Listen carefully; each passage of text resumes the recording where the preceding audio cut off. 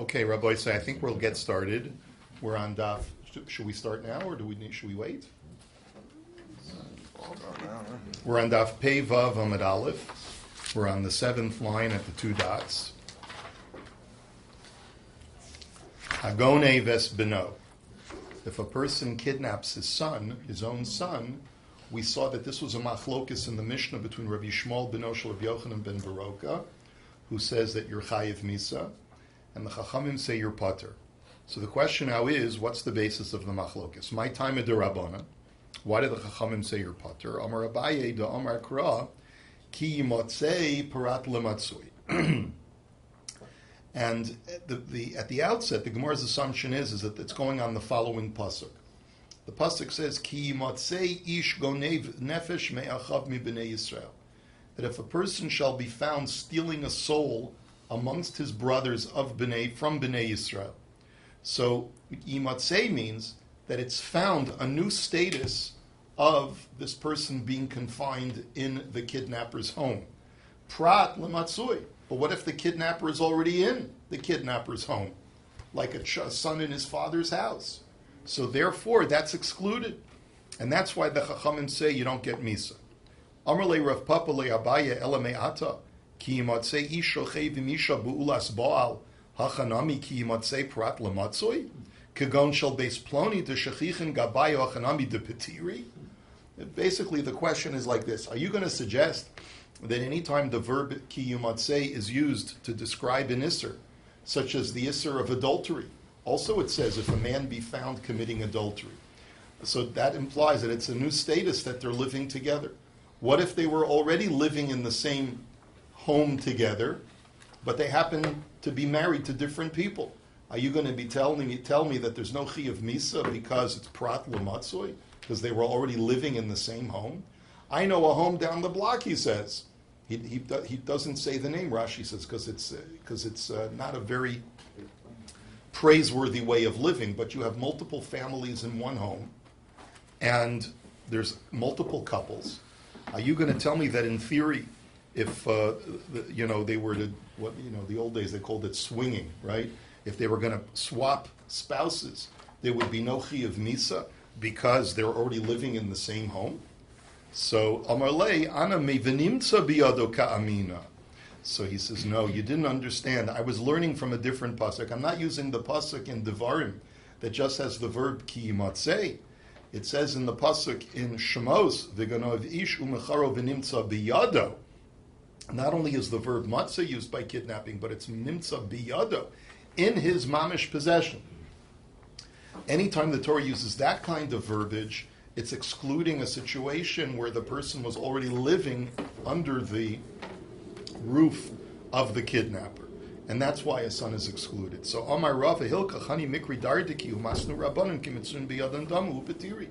Basically, says Rav, according to the Chachamim, it's not only a son that you be pater for kidnapping, but any time a person is under the dominion or under the sort of the tutelage of another person already, and then he's kidnapped by that person, the kidnapper would be pater from Misa. So a Rebbe, his kids come to the classroom, and he locks the door of the classroom and says, no one's getting out of here.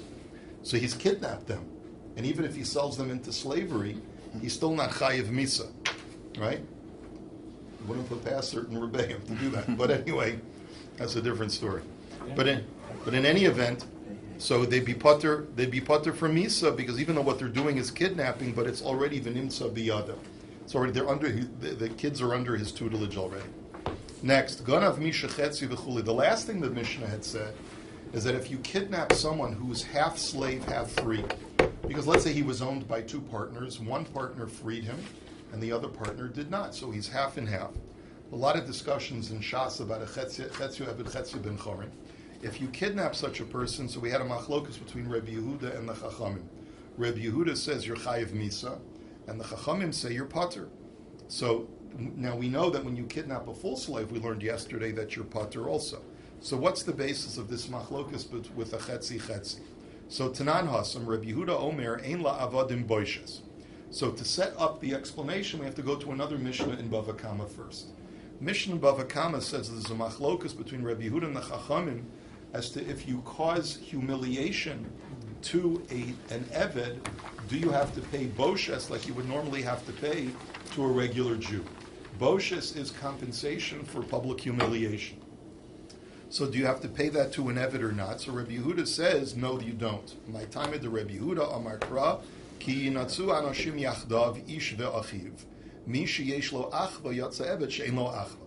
The source text of the whole din of paying boshes is the case of two men arguing and fighting with each other, and a woman intervenes and she injures one of the fighters' private parts. Torah says, "V'katzosa es kappa," cut off her hand, which the Gemara darshans doesn't mean literally cut off her hand, but means she has to pay for humiliation of the person, of the man that she injured. But the pasuk specifically states, "Achva, ish ve'achiv," man and his brother. And Eved is not part of the formal Jewish community. He's therefore not your brother, and therefore he's excluded from the din of Boshes. V'Rabbanan achivu b'mitzvos. And the Chachamim argue, they say, granted, he may not marry into the Jewish community, but he's still your brother because he has the same obligation of mitzvahs that you do, or at least approximately the same. He has the same mitzvahs that a woman has to do, but he's still considered to be your brother because he has to perform mitzvahs, and therefore he's not excluded from Boshes. Now, vehacha hechi darish. So now that we've set it up, let's take that machlokas and apply it to here. Rabbi Yehuda savar me echav la'afuke avadim b'nei Yisrael lemute mishachetzu eve b'chetzu ben chorin me b'nei Yisrael lemute mishachetzu eve b'chetzu ben chorin avimiyat achar miyot ve'min achar miyot ela l'rabos. Now we have to go back to the pasuk in Devar. The Torah again says, listen carefully, ki motzei ish gonev nefesh me echav mi b'nei Yisrael. If a person steals a soul from his brothers, from Bnei Yisrael. Now, clearly there's something superfluous there. Once you say Mei Echav, you already know that he's a Jew. So why do you have to say the whole phrase Mi Bnei Yisrael? So Rabbi Yehuda learns that there are three mi'utim that are being specified here. Mei Echav excludes an Eved. Like Rabbi Yehuda L'shitasa says, an Eved is not your brother, so he's excluded from the word Mei Echav. Kidnap a slave, you're pater. Me b'nei Yisrael. So there's two miyutim there. B'nei Yisrael could have just been said me'echav b'nei Yisrael, and so b'nei Yisrael without the mem is excluding a half eved, half ben chorin, and the extra letter mem of me b'nei Yisrael is excluding an chatzi eved, chatzi ben chorin a second time. Whenever you have two miyutim, miyut achar miyut, halacha l'Moshe miSinai is a riboy. It's like two negatives equal a positive. And therefore, since it's excluded twice, it's actually including it to tell you that if you kidnap half and half, you're chayiv. V'Rabbanan me'echav la'afuke avadim l'mashmaluhu da'ha'achiv hu b'mitzvahs. B'nei Yisrael mi b'nei Yisrael chad l'mu'utei eved chad l'mu'utei mishachetziu eved b'chetziu ben chorin. And the Chachamim look at it differently. They say, look, me'echav is not including an eved. Why? Because an Eved is your brother, as far as mitzvahs are concerned. Right? Like we learned it from Bava Kama. So therefore, an Eved is not excluded from Echav. The only thing that is an exclusionary clause is Mi B'nei Yisrael. It could have said B'nei Yisrael without the mem. So B'nei Yisrael excludes an Eved, and Mi B'nei Yisrael excludes a half and half. So that's how the Chachamim look at it, and that's why Chatzi Eved b'Chatzi ben Chorin, according to the Chachamim, is pater. Azhara lagonev nefesh minai. So Gemara says, okay, fine. Up until now, that we've only brought psukim that tell us what the penalty is for a kidnap. Where is the original prohibition, the Azhara? Where does it state, thou shalt not kidnap in the Torah? So Rabbi Yoshia Amar Milo Tignov, and Rabbi Yochanan Amar Milo Yimachru Mim Keres Avid. So we have a machlokus of these two rabbis. Rabbi Yoshia says it's from the Ten Commandments, the Aseres HaDibros. The Torah says Lo Tignov. That's referring to kidnapping. And Rabbi Yochanan says no, it's from the pasuk of the Jewish people may not be sold into slaves. That's one of the steps of kidnapping. So v'lo pligi marka chashiv lav de geneva marka chashiv lav de mechira. But they're not arguing. basically, if you remember from yesterday, we said that the capital offense of kidnapping is a two-step process. First, you have to kidnap the person by confining them, and then you have to either treat them as a slave or sell them into slavery. That's the second step.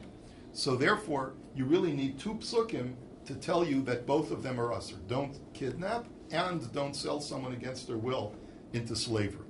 Fine. So Tanu Rabbanan, lo tignov, begonev nefashos akasav medaber. Atomer begonev nefashos eno ela begonev mamon. So the Gemara says, let's go back to this price. The lo tignov that appears in the Ten Commandments refers to the prohibition of kidnapping. Now, how do you know? Maybe I'll tell you it refers to the prohibition of stealing property. So Amar Itzei Ulamad Mishloshes Remido Shator Nidrashis Mahem Dover Alamid Minyano Bamea Kosav Medaber B'Nefashos Afkan B'Nefashos. So we say in the Bryce of Rabbi Yishmael every morning that there are 13 hermeneutic principles that you can derive halacha from the text of the Torah. One of them is Dover Halamid Minyano, which literally means look at the context. The context of the Aseres Hadibros are capital offenses. Lo tirtzach, lo tinaf. These don't murder, don't commit adultery. They're capital offenses. So contextually, lo tignov is also a capital offense. And that's how I know that it must be referring to kidnapping, because stam geneva is not a capital offense. Tanya idach, now we have another brisa that says lo tignovu. There's a pasuk in Parshas Kedoshim that says also don't steal.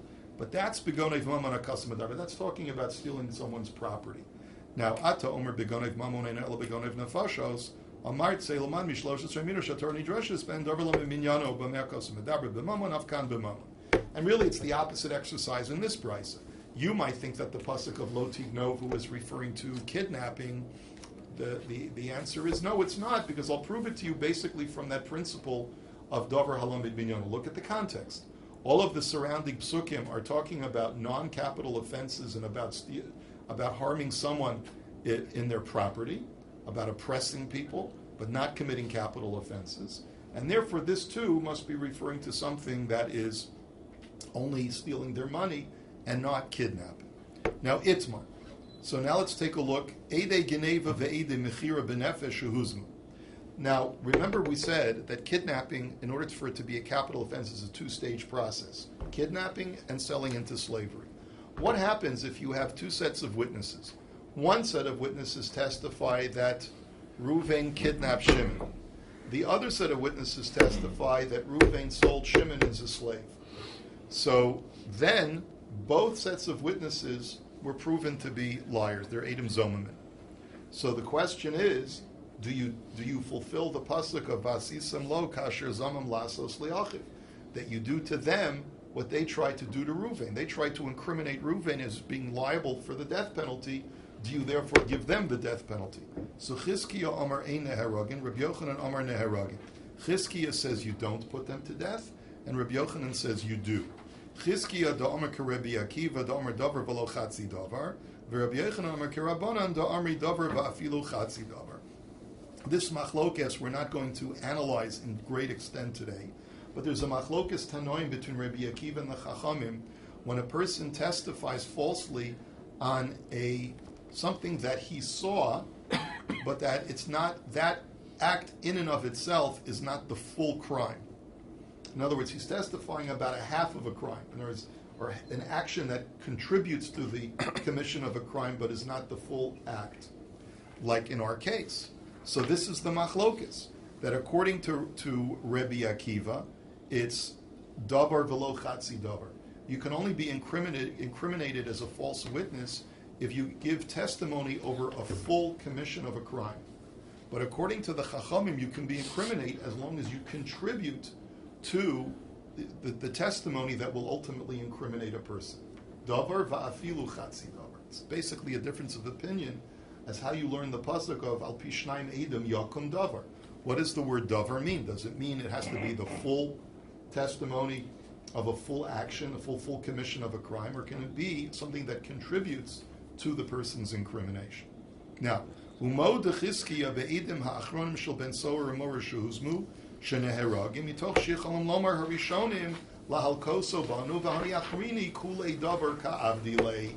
But here's where Chizkiah over here says you cannot put either set of witnesses to death, even the second set of witnesses who say that Reuven sold Shimon as a slave, even though they're coming last, because it's davar velo chatzi davar. But here's where Chizkiah will agree.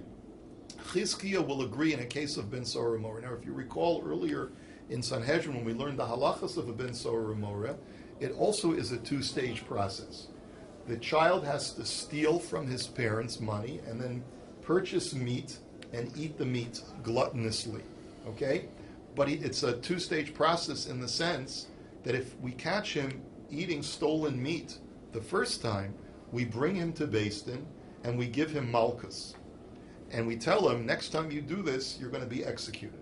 And it's only if he does it a second time, we give him the death penalty. So basically what happens is that if you have two sets of witnesses, one set of witnesses say, we saw this kid eating stolen meat on Monday. Second set of witnesses say, we saw the kid eating stolen meat on Tuesday. Chizkiah will agree that the second set of witnesses are subject to the death penalty, even though you can't really convict him of the kid of a capital offense just based on their testimony alone. You have to conjoin it with the earlier testimony. So what's the difference? The difference is because after the first witnesses come along and testify that we saw the kid eating stolen meat, there already is a penalty phase at that point, which is the penalty of malchus. So the first set of witnesses can be totally stripped away and divided from the second set of witnesses, because they could always say, we weren't contributing to this person's death penalty by testifying against them. We were only thinking to testify falsely so we could get the kid malchus. And therefore, the second set of witnesses are really standalone witnesses. They're testifying independently of the first witnesses, and therefore, since their testimony will bring the kid the death penalty, if they turn out to be liars, so then they get the death penalty. And Chizkiah will agree to that. So maskef la Rav Papa ihachi edei mechira nami liktalu mitoch shecholam edei genei velomar lahal koso banu. Well, if that's the case, then why don't you say the same thing in a case of edim zomimin, who one group testifies that we saw the kidnapping and the other one testifies that we saw the selling into slavery. Michael, could you close the door, please? Thank you. Because you could argue the same thing. The first set of witnesses should be totally separated from the second set of witnesses. First set of witnesses could argue, we weren't testifying so that the guy should get the death penalty. We were simply testifying so that the guy should get malchus. And then afterwards, if the other witnesses came along and testified that he was sold, and they were liars, then they would get the death penalty. Maybe the answer is because according to Chizkiah, you can't separate out the first witnesses from the second witnesses in a case of kidnapping, because Chizkiah holds that there is no penalty phase after the first testimony of kidnapping alone. And there is no malchus. So therefore it's only a contributing testimony to the second guys. But wait a minute, that's not true, because v'ha'itmar edi geneva b'nefeshus muchizkiya v'Rabbi Yochanan chad omer lokin v'chad omer ein lokin. We know that there's a beferish machlokas between Chizkiya and Rabbi Yochanan, that if you only have witnesses that testify that the guy was kidnapped, there's no testimony that he was sold, and then those witnesses are proven to be liars, there's a machlokas between Chizkiya and Rabbi Yochanan whether those witnesses get malchus or not. The Amrinon Tistayim de Chizkiya de Omer Lokin mi de Omer Chizkiya ein neheragin. He says, and the way that the discussion went when we first heard of this machlokes as to whether these Eidei Geneva get malchus or not, was that the assumption was that Chizkiya holds that the Eidei Geneva do get malchus. Why? Because since Chizkiya is of the opinion that there can never be a death penalty for Edom Zomimin who testify about kidnapping when they testify in two separate phases, two separate sets of witnesses. The Rabbi Yochanan Kevin Domer Neheragin Habali Lav Shenitin Lazaras Mistas Beistin, the Cholav Shenitin Lazaras Mistas Beistin in Lokin Alav. And the way that the discussion went was like this: Rabbi Yochanan can't hold that the first set of witnesses get malchus. Why? Because what does the Beistin say? When two witnesses walk into beit-din and they say, we saw Reuven kidnap Shimon, we tell the witnesses, listen guys, you better be sure that what you saw is correct, because if you're lying, you could theoretically be subject to the death penalty by conjoining your testimony to another set of witnesses who testify that he was sold into slavery. And any time the Beis Din gives azhara to the potentiality of death penalty, there can be no malchus for the commission of that crime. Once you're warned that you could potentially get the death penalty, you can never get any lesser penalty other than the death penalty. And therefore, since Rabbi Yochanan holds that you can conjoin their two testimonies to give both sets of witnesses the death penalty, he cannot possibly hold that if you only have Eidei Geneva that are proven to be Edom Zomim, that they could ever get Malchus. And therefore, Chizkiah must hold that the first set of witnesses could get Malchus. And therefore, the question then becomes, if Chizkiah admits that a ben Sorah umore, that the second witnesses can get the death penalty, why wouldn't he say the same thing potentially over here, that the first set of witnesses can get Malchus, and the second set of witnesses can get the death penalty? That's the Gemara's question. And the Gemara answers, and like the Gemara continues the question, Ihu lolaki, inu eichu laki, that if the accused can never get Malchus, because if he goes through the penalty phase, if he is warned in advance, do not kidnap, because if you kidnap, you could potentially get the death penalty, so then certainly the witnesses who testify against him also cannot get the death penalty. So Ella Amar Rav Papa, so Rav, it's very confusing. So Ella Amar Rav Papa, Be'edei Mechira Dekuli Amalo Pligi Deneherog. So you have to conclude as follows. Everyone agrees, both Chizkiah and Rabbi Yochanan agree, that if the first set of witnesses came in and said, Ruvain kidnapped Shimon, and the second set of witnesses said, Ruvain sold Shimon, then everyone agrees that the second set of witnesses are subject to the death penalty if they're proven to be liars. Ki pligi be'edei geneva. The machlokus is, what is the potential damage that we can do to the first set of witnesses if they come in first and testify that Ruvain kidnapped Shimon? Chizkiah Amar Ein Herogin Geneva L'chuda Kayama Umechira L'chuda Kayama. Chizkiah is of the opinion that the two are two separate testimonies. The first set of witnesses basically say, we're only testifying on the kidnapping, and the most that you could do to us is give us malchus if we're chayiv, if we're liars, and we have nothing to do with the potentiality of him being executed later down the road. And therefore, you can never put them to death. But Rabbi Yochanan Amar Neherogin Geneva Aschalta de Mechirei. And Rabbi Yochanan says that no, I hold that even the first witnesses on the Geneva, on the kidnapping, are subject to the death penalty because they're ultimately contributing to the accused's eventual capital punishment. And therefore, if they're proven to be liars, they will get capital punishment as well. Even if the second one's never come? With the Ben Sorah Mora, are the Malchus necessary to give him death penalty? Because that might be a nafkamina. Yes, Malchus is necessary to give him death penalty. So that's the nafkamina, because... Could be that's the nafkamina. Exactly. Yes, Yisrael. The second set never come, they'll still... We're going to get to that in a minute. But if the second set never come, so then for sure you can't put them to death, because the accused is only liable for the death penalty. The actual kidnapper can only get the death penalty if he does both. If he does both kidnapping and selling. So therefore, if the first set of witnesses testify and the second witnesses never show up, then you would not be able to give them the death penalty. Umoda Rabbi Yochanan be'idam harishon shel ben Sorah umore shehuz mushe'in neheragin mitoch sheichol lomar la'al koso banu. And this is where the moida is. It's not that Chizkiah is moida to Rabbi Yochanan, but rather that Rabbi Yochanan is moda to Chizkiah.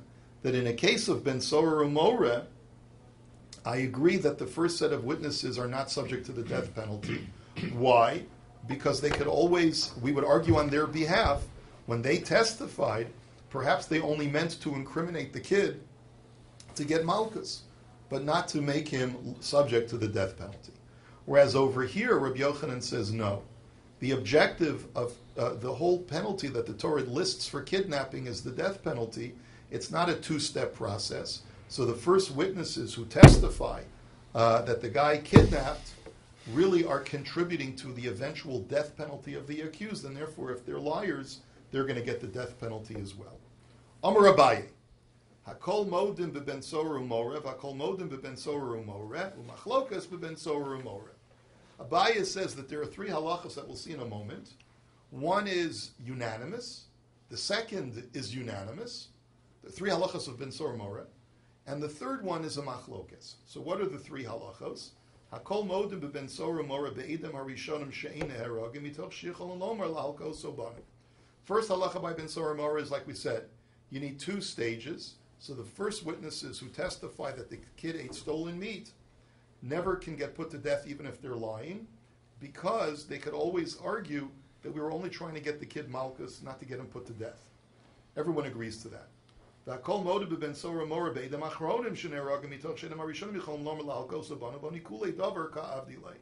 Second unanimous halacha is that, like we said before, according to our first version in Chizkiah, that we said that Chizkiah will agree that that in a case of Ben Soru Moreh, the second set of witnesses will always be put to death, and you can't say that the first set of witnesses was they were reliant on the first set of witnesses, because the first set of witnesses separate themselves off and say, we were only trying to incriminate the kid to get malchus.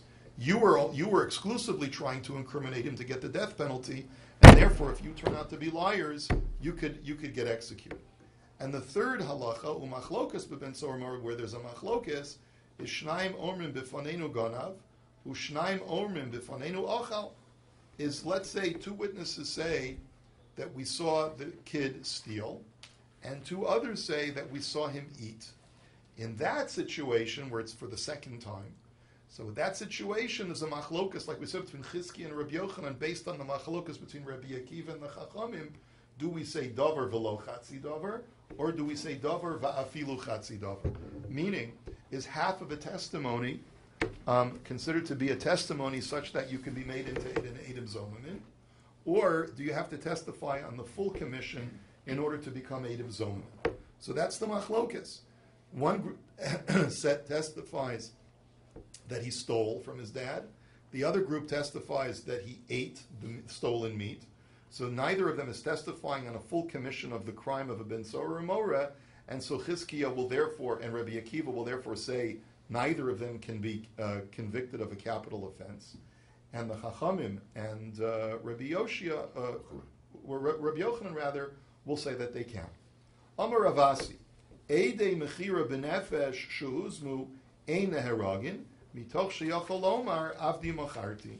So Ravasi says, if all you have are witnesses on the mechira, they can always exempt themselves from any kind of penalty if they turn out to be edim-zomamin, because if what they say is true, the accused could exempt himself from the death penalty by saying, I wasn't kidnapping, I was selling my own evid into slavery to somebody else.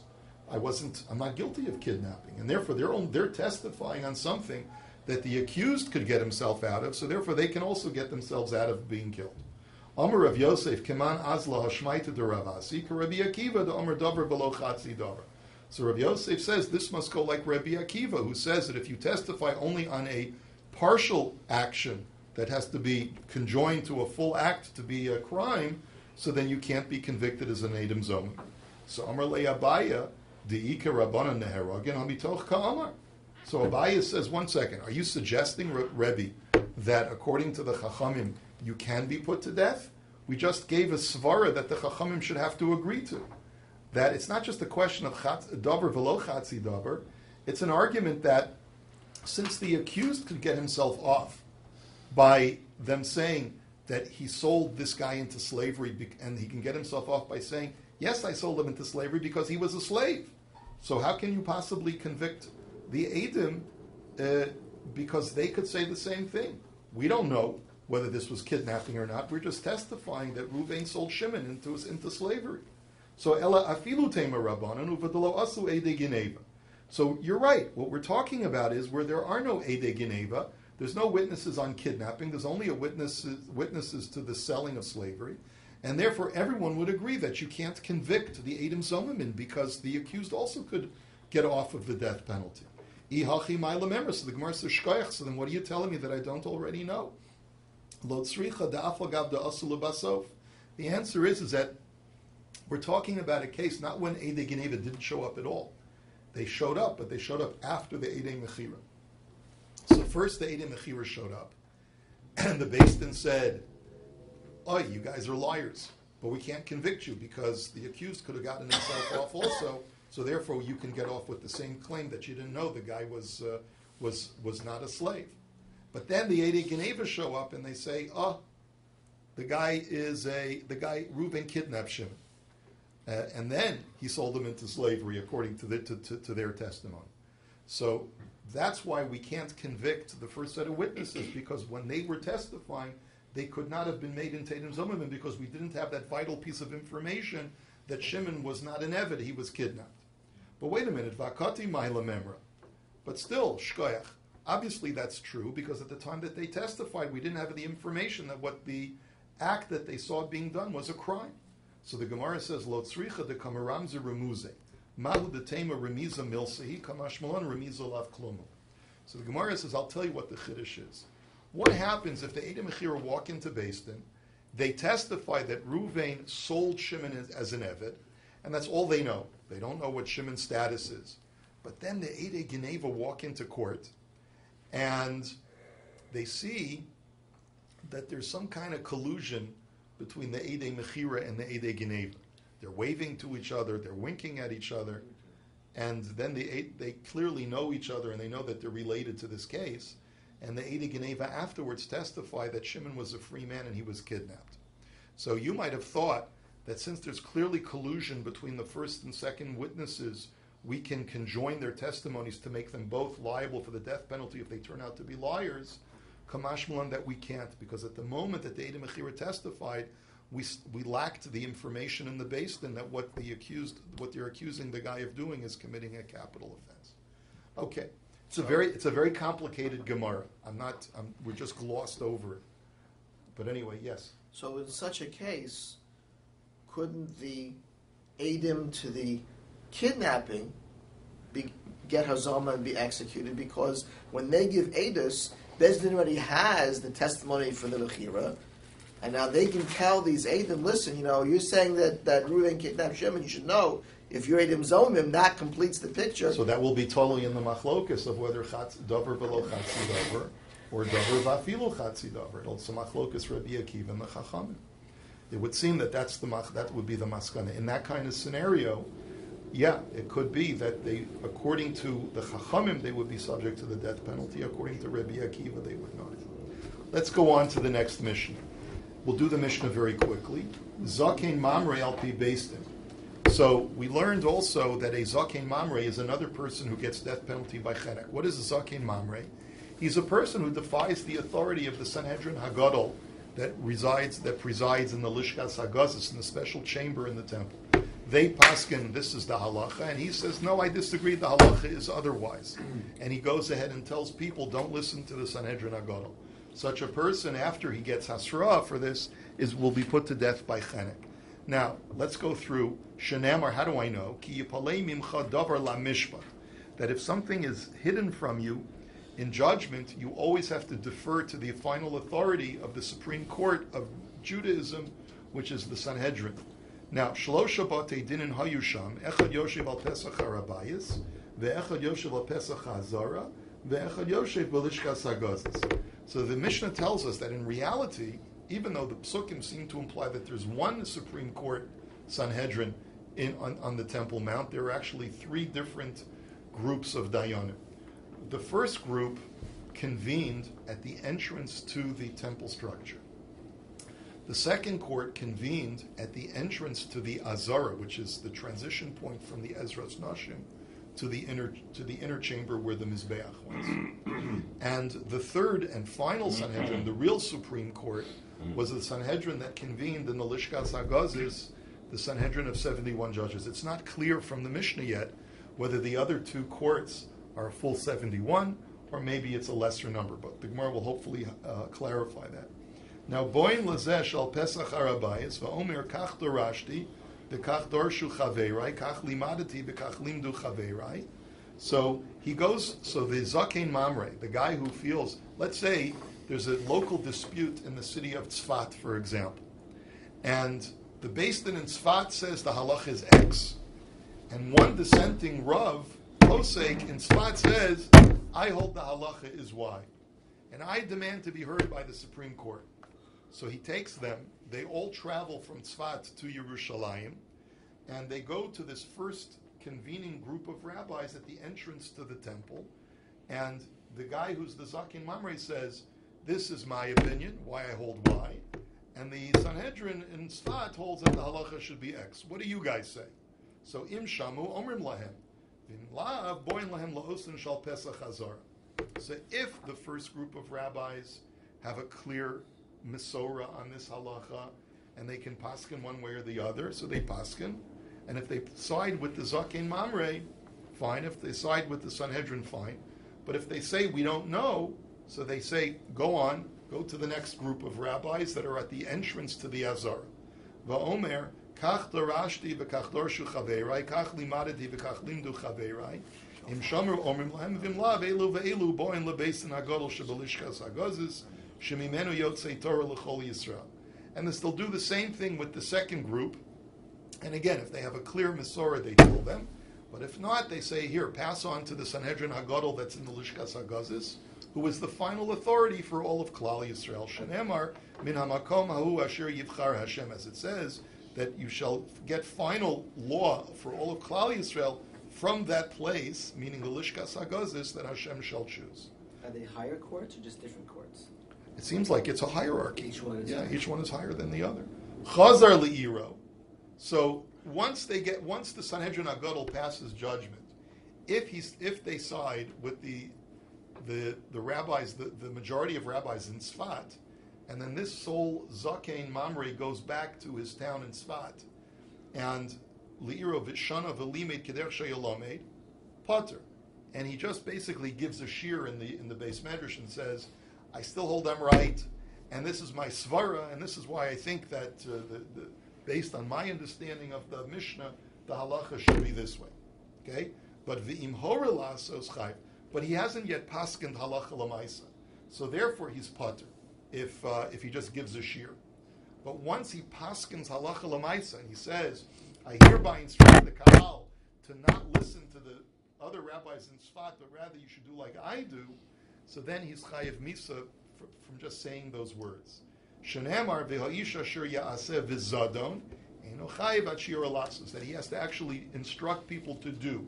He's not liable until he tells people that this is the halacha l'maisa. You know, a lot of times you could give a whole shir on why Beis Shammai is right, but as long as you don't paskin like Beis Shammai, you're okay. That's essentially what the Mishnah is saying. Now, talmud shahor alasus pater nimsa chumro kula. Now, let's say you have a young man under the age of 40. He hasn't yet reached the age of hora'ah, of being a posek of the city. If he goes ahead and contradicts the Sanhedrin Hagadol, he will not be chayav misa. And it turns out, therefore, that the stringency that we place upon him to not yet be qualified to be a posek is his leniency for him getting off. In other words, we're machmir on him and say, no, you're not ready to be a posek, right? So hold on for a few more years, then you'll become a posek.